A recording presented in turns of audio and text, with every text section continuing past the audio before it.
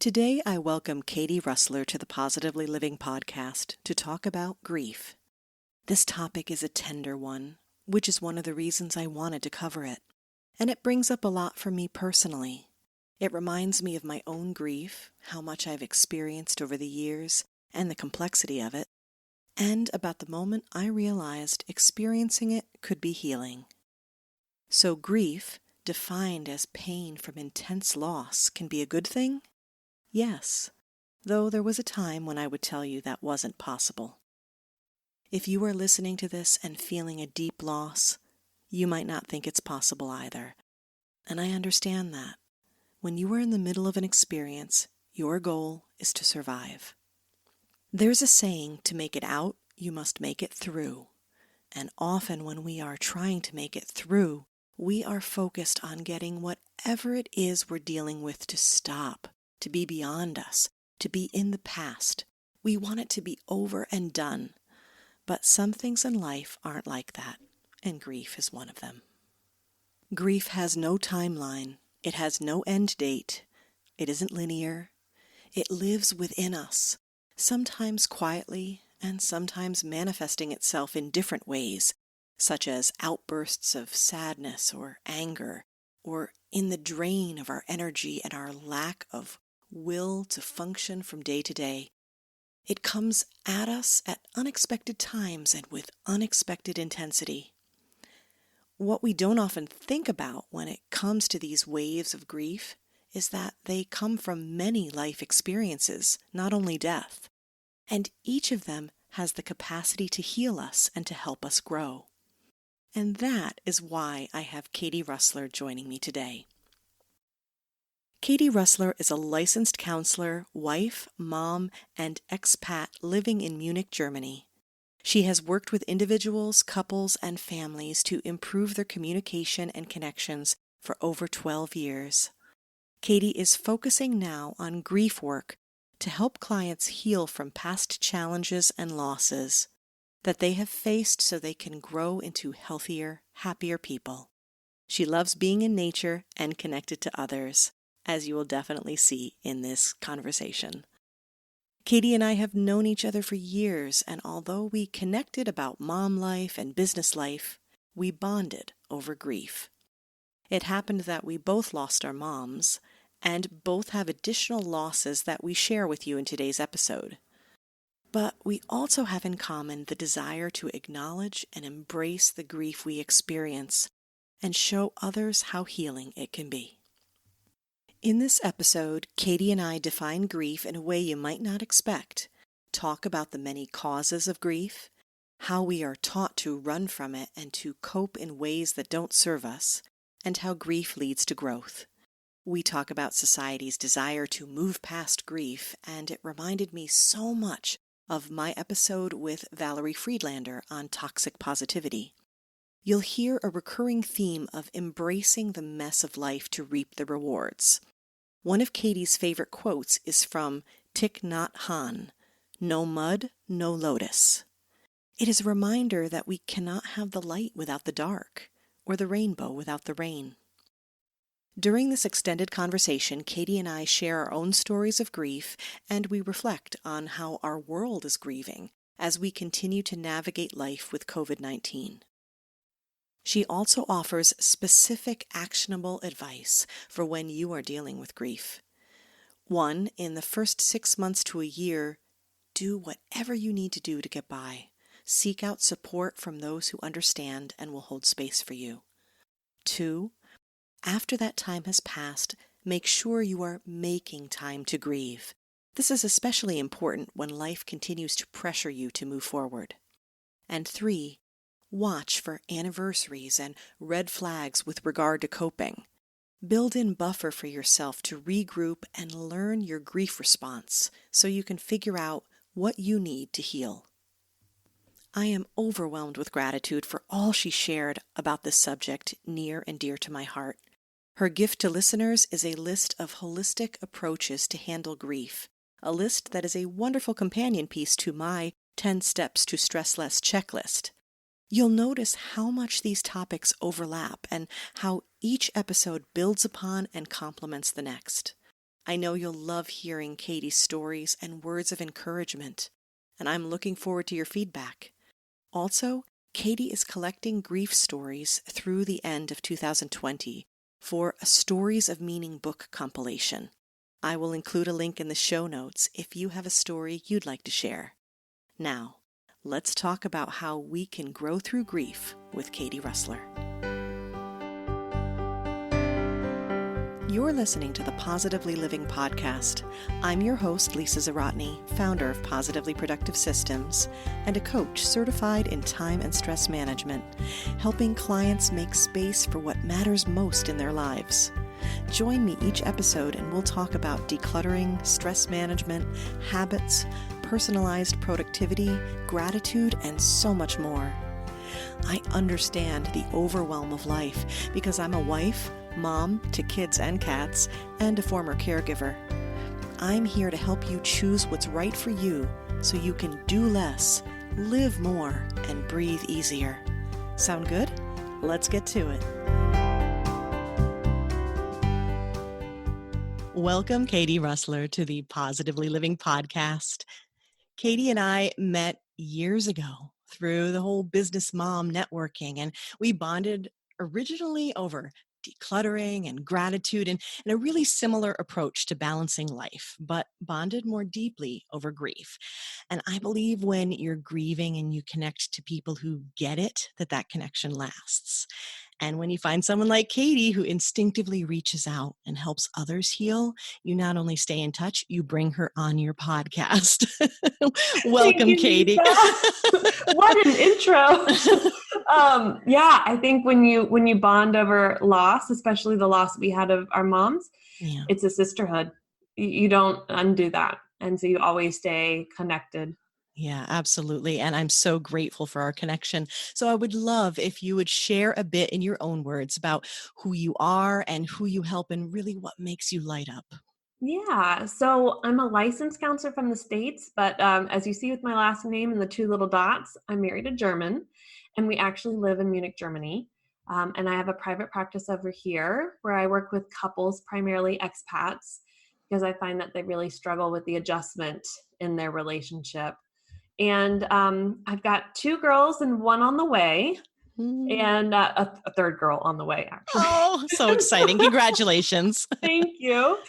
So I'm, navigating a lot of life right now internationally. We've been here for 4 years, but, we're about to navigate grade school and what that is like in a different language, in a different country, and, different education system completely. So my world is balancing my private practice and motherhood.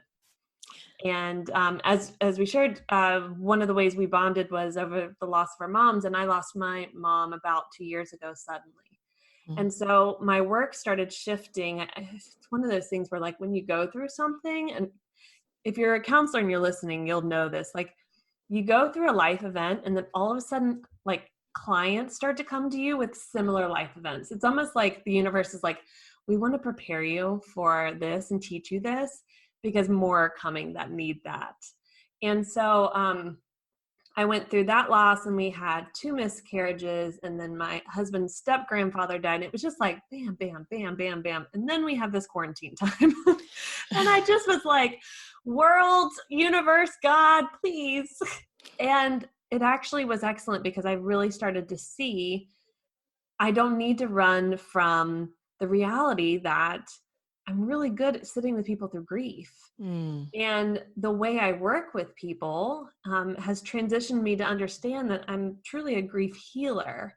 And a lot of the things I end up doing is helping them to get unstuck and get out of this suffering mentality where they kind of villainize grief and loss and life challenges as this is horrible and bad. I don't want to feel this. And help them to sort of lean in and go, this is one of the best ways I can grow as a human being. And if I learn how to do this better, then I can then teach the next generation how to do it better. Yeah, we're modeling.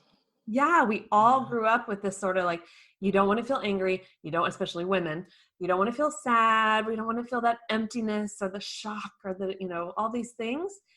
And I think marketing nowadays, I think about like the food industry and the the self-care in quotations industry. And, even shaving your legs is like, look at the pleasure of this. You want this, not, a nick on their skin. Oh no, no pain, no blood. This is awful. And I just realized, like, wow, I mean, let's get real. Even tampon commercials have blue water. Like, we're afraid of death. We're afraid of blood. We're afraid of realizing that, like, not everything's pretty and perfect and smells good, you Yeah. know? Oh, you've connected to so many things because we are dealing with, I think, issues of self-worth. We're dealing with issues of perfectionism. Yes. There's so much connected to this. And mostly, I think, and I've had this conversation so many times, and I love that we're bringing it up again because it needs to be said that we are generally, and I think made to be or encouraged to be uncomfortable with the uncomfortable, with the messy part of Yeah. life. Right. And the thing is that the messy stuff, that is where you said, like, the growth happens. That's where the Yeah. healing happens. For me, the Yeah. first time I realized that grief had some potential was actually through reading the book on grief and grieving. Mm. That's Yep. one of my favorites, Yes. Kubler-Ross, and I'll put a link to that in the show notes. It's one of my favorites. I always recommend it, and of course, if you have any, I'll be happy to have you share some resources as well. But so when I was reading that, mind you, this was at least 6 months after my mom had passed away, and I realized that I hadn't fully stepped into grieving her. And mine was complicated because I had been actually grieving her for a long time. So I'd love to unpack that a little bit with you today. And Yeah. I got the idea that every time I was sort of opening that wound that I didn't want to open, that I think we all shy away from, understandably. I mean, we don't want to seek out hurt and pain. I get that.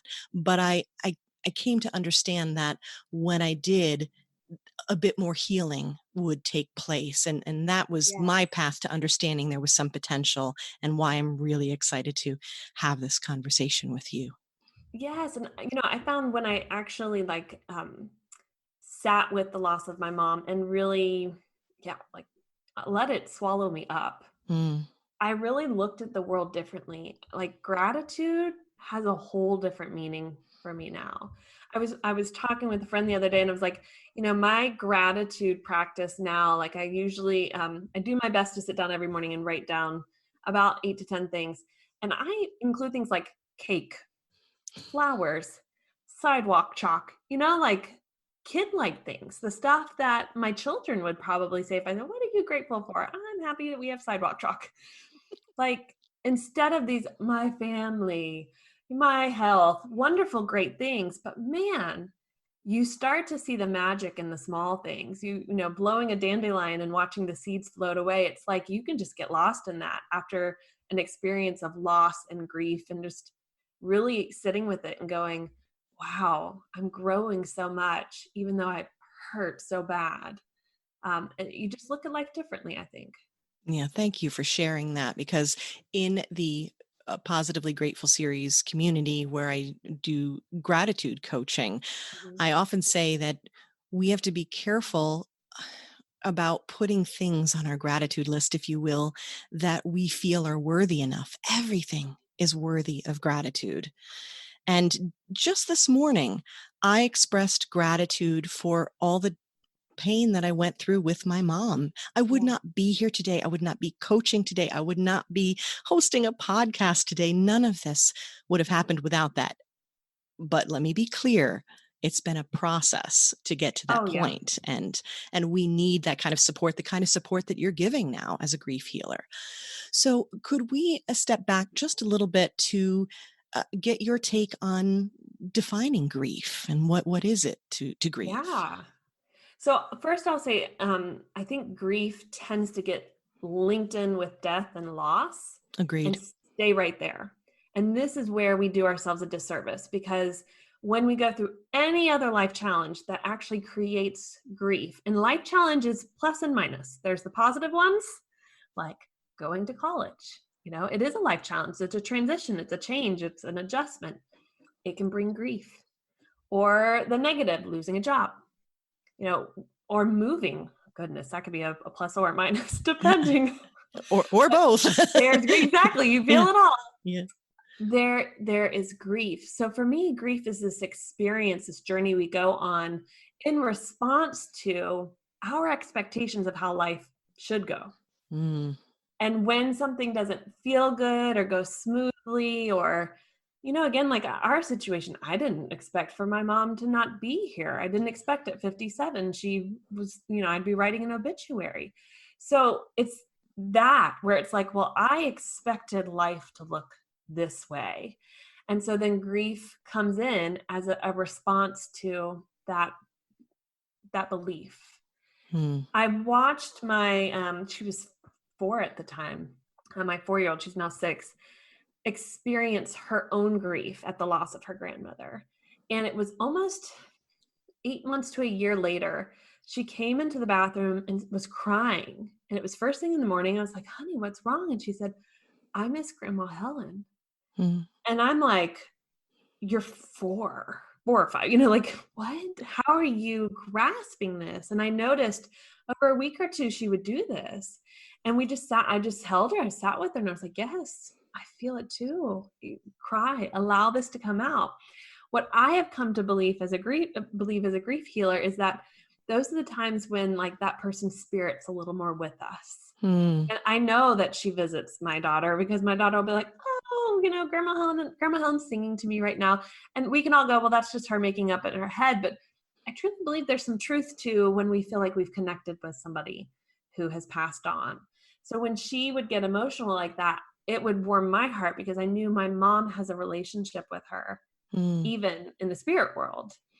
And, my daughter's grief wasn't suffering. It wasn't, I don't want to feel this way. Let me go, do something to cover this up, or let me watch something to escape it, or let me go shopping, or let me go eat, or let me go drink.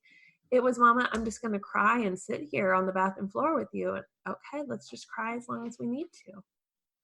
And And it what was did you What did you notice when you had that moment with her, not just from your perspective, but what did you notice about her after that? I found that it was just like, she came to me more when she needed to talk about things. Like there Mm. was this bond between us that she knew I wasn't going to be like, okay, but you know what? Everything's fine. Let's stop crying. Let me dry up your tears. Therapist 101, never give the tissue. We always do. We always give the tissue box, but really that's like covered up. Here, Mm. wipe it away. Which gets, oh, I'm so sorry. I'm so sorry. I'm crying.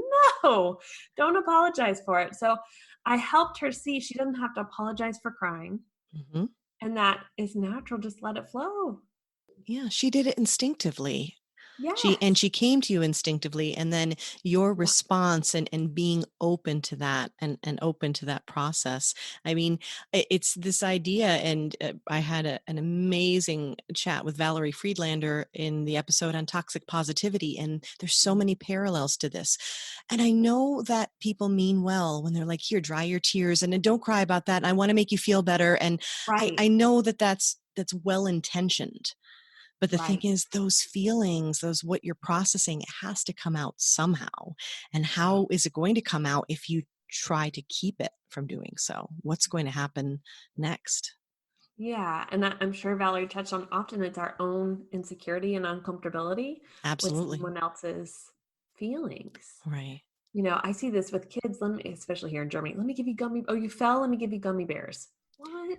Like, how is that a Band-Aid for, how is that helping in any way? Great sugar rush. Thank you for sugar rushing my kid who's got a scraped up knee and the bleeding. I'm going to tell you So, that explains my childhood a lot, Katie. It really does, because as you know, I grew up with a German mom. And the other yeah, thing too, I do recall she was, let's be clear, I adore her and I adore the life that I had with her, and she loved me intensely. And I think that's so important that we always put this into context, that people mean well, but it's our own levels or thresholds or abilities to handle something that bring about how we respond to things. And she could not handle me crying.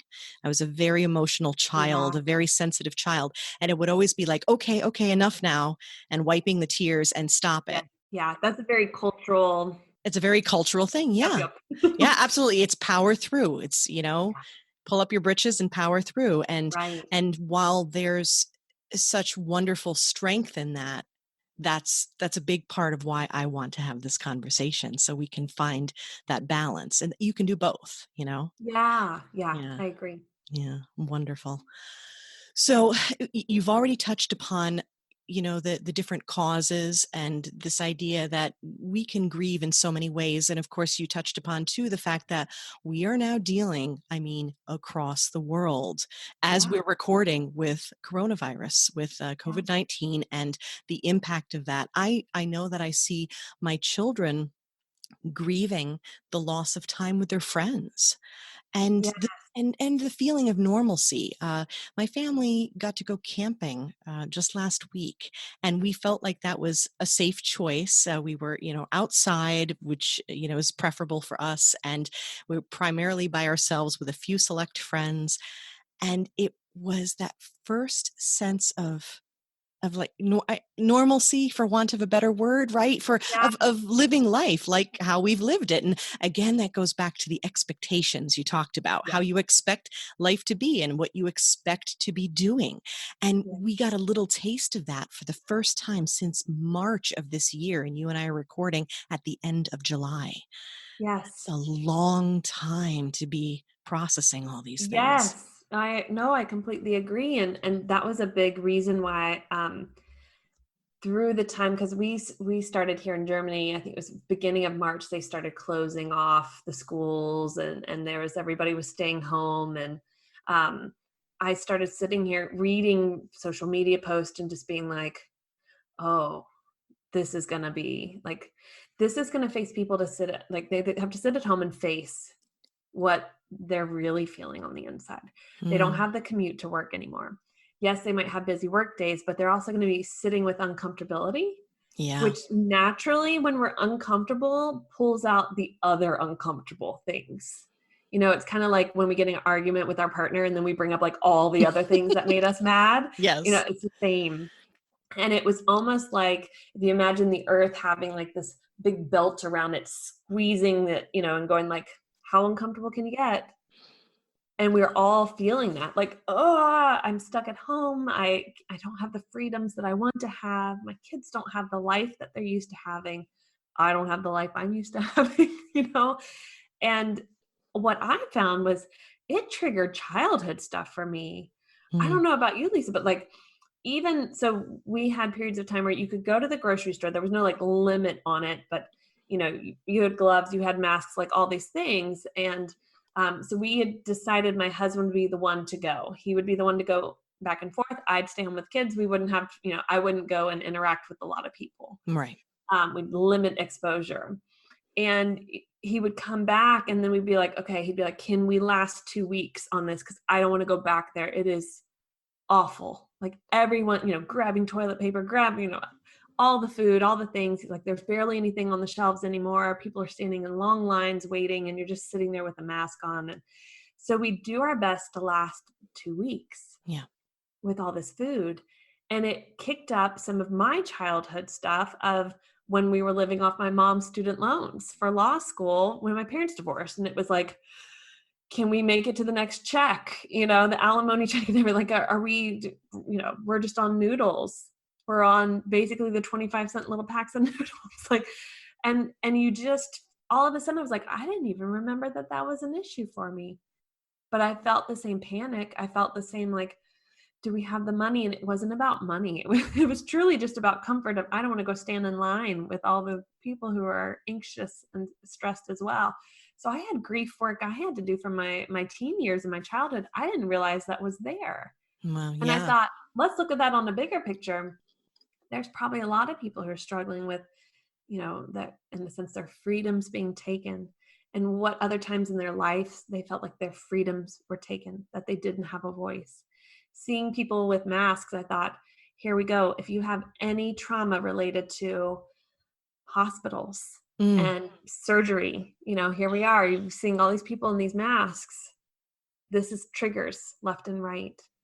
Or the feeling of, I don't have a voice. I'm suffocating. Those are right. triggers. And so Yeah. here we are. Grief is everywhere. Right. And breathing and anxiety so Yeah. closely connected. And then Yeah. that feeling of, even if it's a light mask that you can breathe through, Yeah. it's that feeling of, is there a restriction? I love that you shared that story and how it connected far back. It can also connect to work that we have just done, or it feels like we've just done. And for me, there was something similar where it triggered something, but it was more recent in that what I'm all about as a coach is simplicity and releasing and honoring and finding the abundance that we truly have in life, and encouraging that, and showing that we only need to seek enough, and that we don't have to hoard things. And Mhm. what was happening through this whole thing, it, Yeah. I felt like, and by the way, I was in your husband's position of shopping for the whole family, and I was the one who took on that role, and it was so stressful and so exhausting. I napped more than I have for years, probably since my children were small and I was caring for my mom, and through that caregiver and infant and toddler stage, where although I couldn't necessarily nap that much then, but I wanted to. This time I was able to honor that, at least. But it was utterly exhausting, and I felt like when I was in the store, instead of being able to make the choices I would normally make based on all this work I'd done for myself and that I'd helped clients do, now I was faced with the position of, I'd better get that, because next time it might not be here. Right. Maybe even things you wouldn't want, but you're Right. like, Or wouldn't want yet, because we don't want to run right. out. And yes, and it was all these, talk about decision fatigue. And, it was like, Oh, yes. yeah, there was so many things happening in that moment. So absolutely. And these are all things, but I really, I, I love so much what you said about the connection between grief and expectations. And it can be anything. Of course, it's extreme loss when we've lost a loved one, but it can be so many other things. We did move a year ago, so we went through that. Also, when there's job loss, the loss of your identity, when you make choices, and I talk about this as a productivity coach, every time you say yes to one thing, you say no to other things. Right. And even when you're saying yes in the most wonderful way, the things that you've said no to may cause you grief. Yes, completely. I have yet to meet a mom who didn't have to grieve the letting go of her individual life before Yeah. becoming a parent. Even Yes. if they're full-time working and they're not really around their kid that much, they're a mom. They are like thinking about it, they're worrying about it. They've lost that individual identity in many ways. So grief can come with even beautiful, joyful things. It's present. If we look at this virus as a bigger symbol, it attacks the lungs. And the lungs in Chinese medicine is grief. Oh, wow. So, Okay. like it was kind of inevitable, wasn't it? A virus that goes as quickly as it can gets to your lungs. It's going to trigger for the world grief. And we think about so just think about these, the wildfires we've been having the last few years. Different countries, grief, our inability to breathe, our lungs. So when I look at the bigger picture often as a healer of like what's going on? Like where are we going? And it's very clear to me, it's time for us to face these things and not I call it get into the escape addiction. Yeah, the coping, right? Yeah. Yeah. Like run from it, run from it, run from it. Like stop running from it. You're stuck inside. Now you have to face it. Now Right. you need to deal with it, Yeah, we've actually removed that option. I mean, we haven't removed the Netflix and chill and binge food option, but we have removed the option of stepping away. I've seen it with my clients in terms of being home now means that you can no longer ignore maybe the clutter that has come up, or Yeah. the way the space wasn't working, because before, as you said, you had the commute, or you went outside, you left.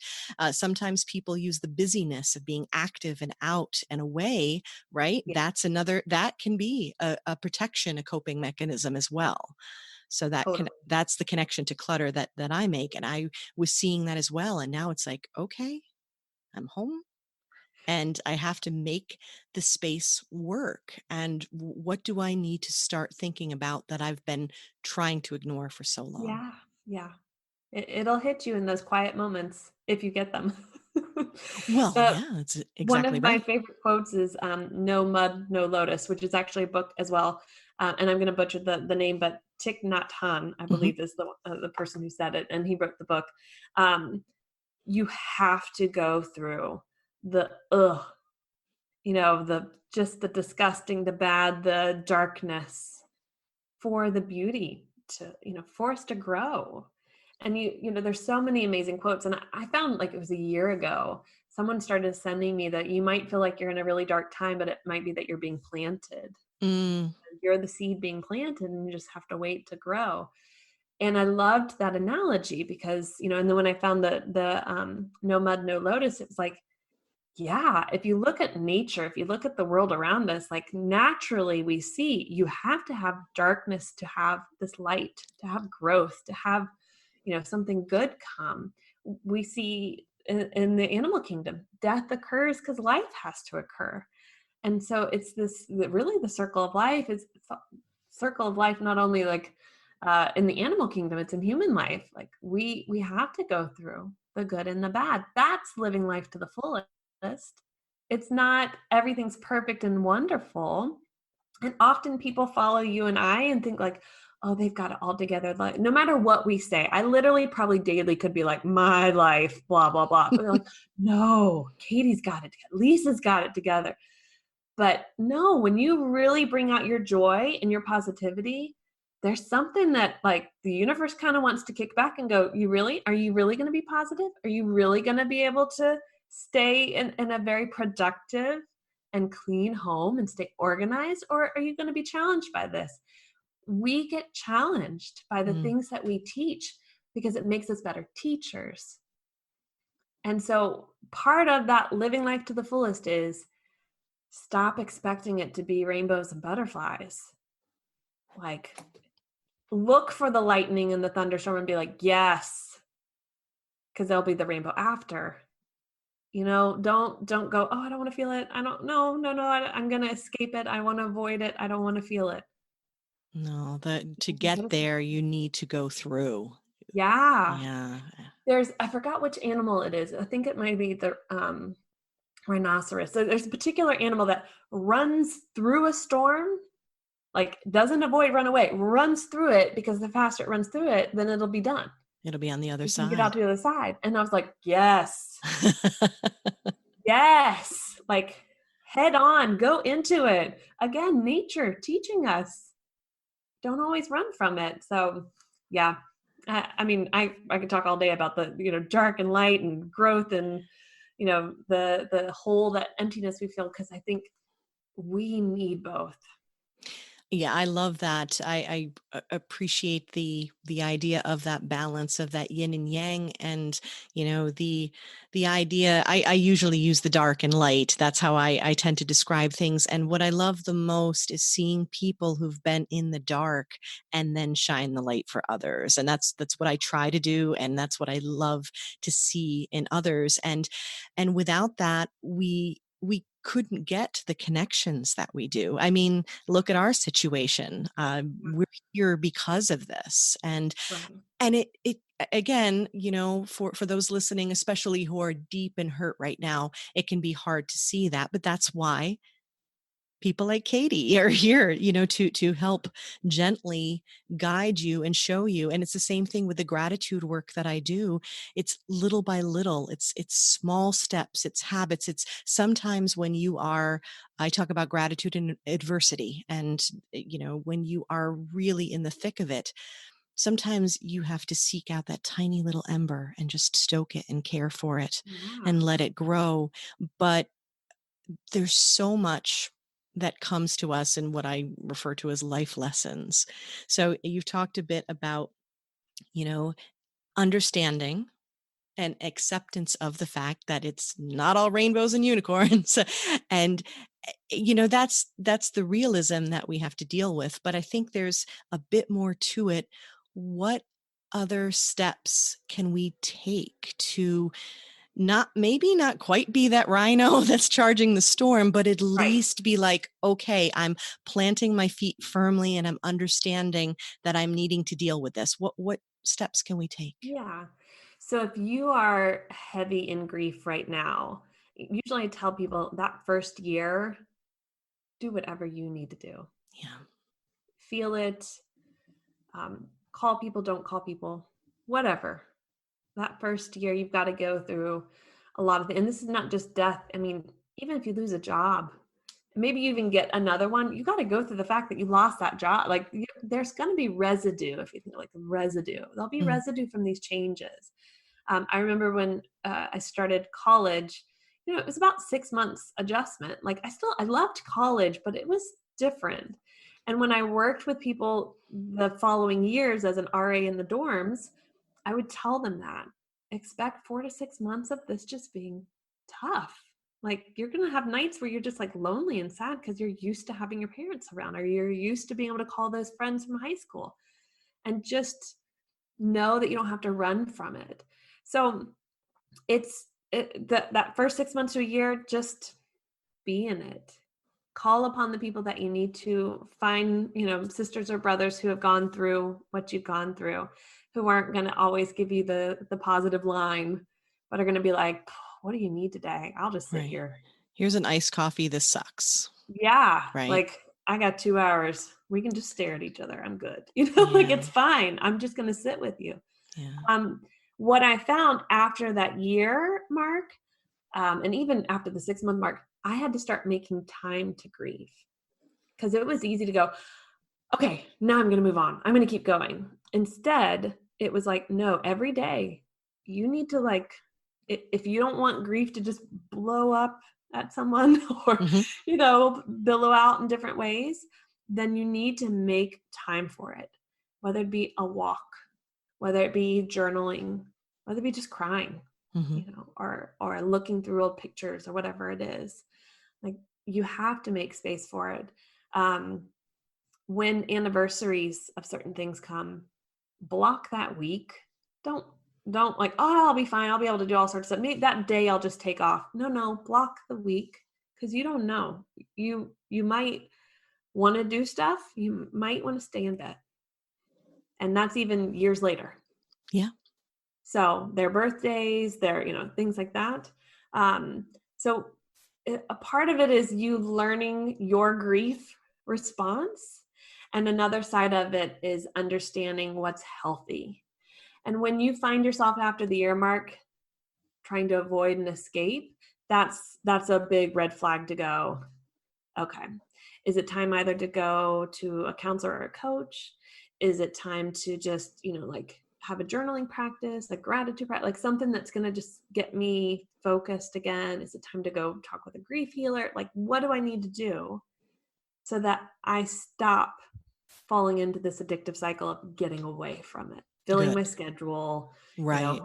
doing whatever it might Coping, be, whatever the coping coping. is. Yeah, good. Yes. I'm glad you brought that up, because I think there's a distinction, and I know that the lines may be a little bit blurry, so you kind of have to feel it out. It's always trial and error in that first, like you said, 6 to 12 months of whatever's going on. You do need to step in to it, lean into it, and give yourself what you feel you need. But Yeah. then when you can step beyond that to kind of watch what it is that you're feeling you need, that's when you can start to look for things where you're like, well, temporarily that was okay, but it's not Right. serving me going forward. what Yeah. what else can I do, or who can help me do Right. that? Yeah. Right. Something I'm exploring right now, and I'll make sure you have the link when it's ready, is natural ways to handle the different things that grief brings. That shock phase, Hmm. where like we lose our breath.